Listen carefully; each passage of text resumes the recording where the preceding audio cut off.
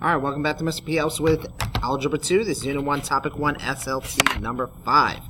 Starting off with a warm-up, we're asked to use our graphing calculator in order to find a linear function that models the actual amount of households in the United States from 1998 to 2004.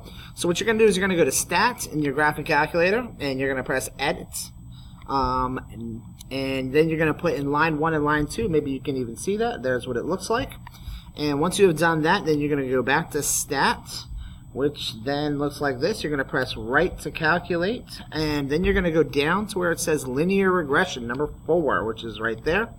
Press Enter, Enter again, and it's going to give you the equation.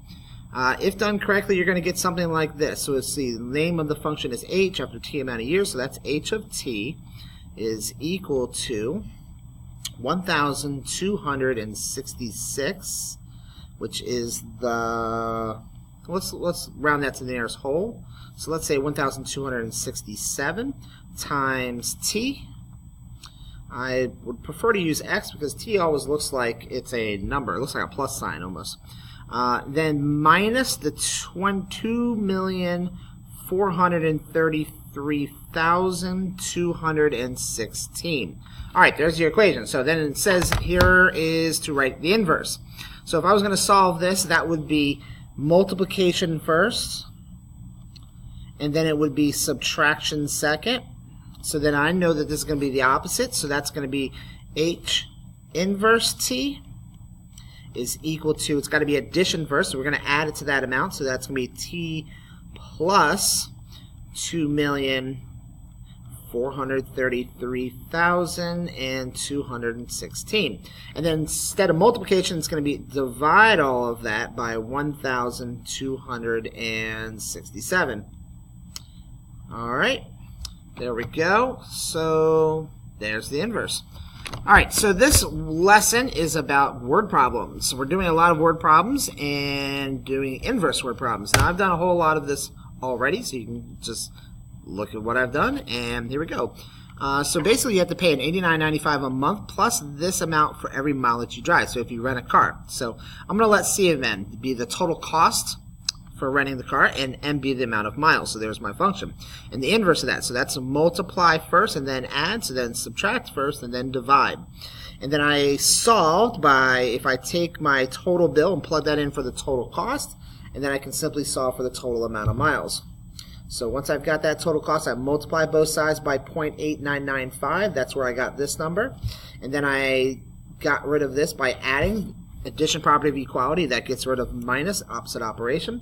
And this plus this equals, there's my answer. And then how could I use that original function to check my solution? Well, I could take my answer, which is right here for M for miles, and then plug it into the equation and get my answer for the total cost. As long as I get something close to this, depending on how you rounded, then you know you are correct. All right, same thing goes for this question. So this is how much you have to pay per month, plus you have to pay this amount per gallon of water.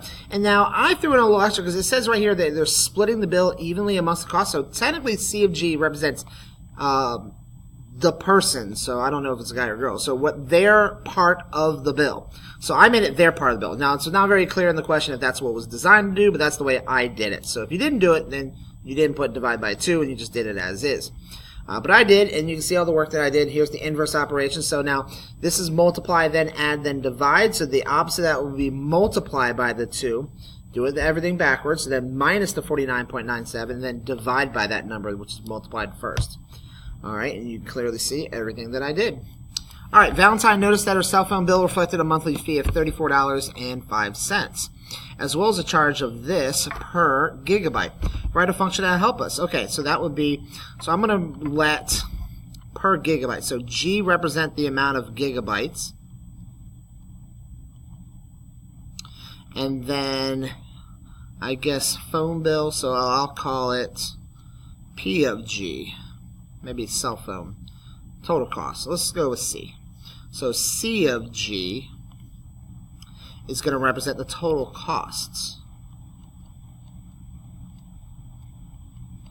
Alright, so then C of G, total cost is equal to $34.05 plus you also have to pay $9.69 and 32 hundredths of a penny per gigabyte.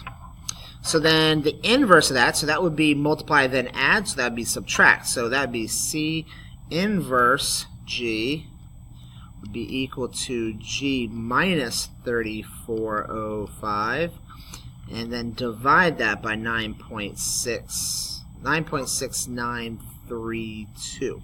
All right, so now what I would do is to solve C, I would just take that amount, plug it in for this, and then solve for G by taking 6525, multiplying it by this number, and then adding it to this number. I believe the answer is around, I don't remember, $666 or 666 gigabytes, somewhere around there.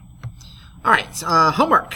Freezing point of water is degrees Celsius, 0 is in degrees Fahrenheit is at 32. The boiling point of water is 100 degrees Celsius, it's 212. Okay, so they're giving you that information. So freezing for Celsius is 0, and this is 32. And then this is 100, and this is 212.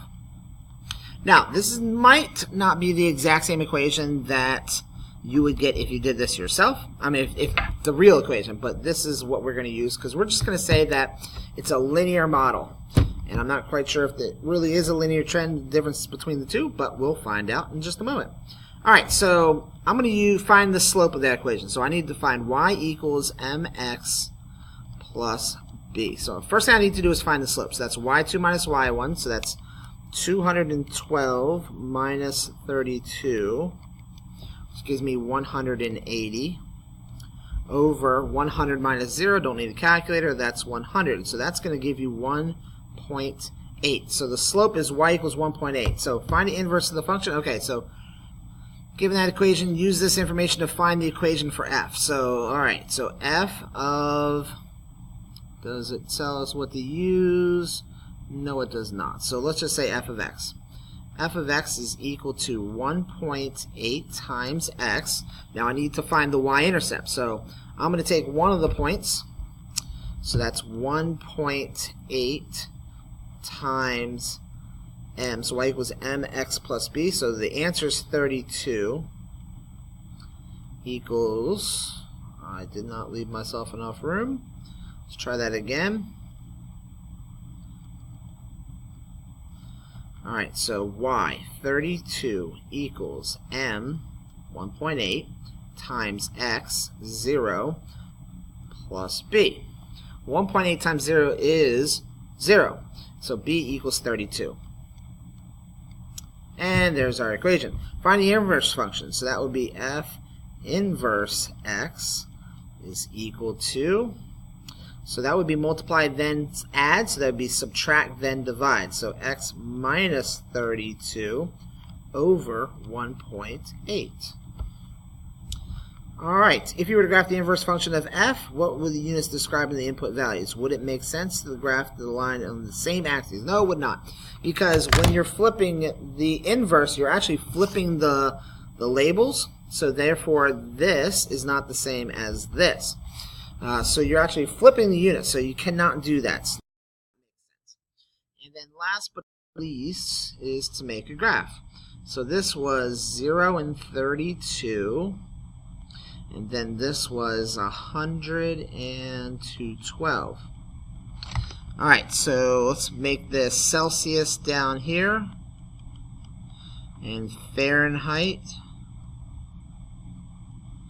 Alright, so this would be 0. Now this is Celsius. This has got to go all the way up to 100. So we go 10, 20, 30, 40, 50, 60, 70, 80, 90. That would be 100. And this has got to go up to 212. So this will start at 0. We'll go by 20s. 20, 40, 60, 80, 100, 120, 140, 160, 180. 200. Alright, so 0.32 be about right there, and 100 to 12 all the way up there. Linear function, something like that. Alright, I think that's it. So please give it a like to help you learn something about solving word problems and using inverse relations and functions, and subscribe if you haven't done so already. Thanks again for watching. Have a wonderful day.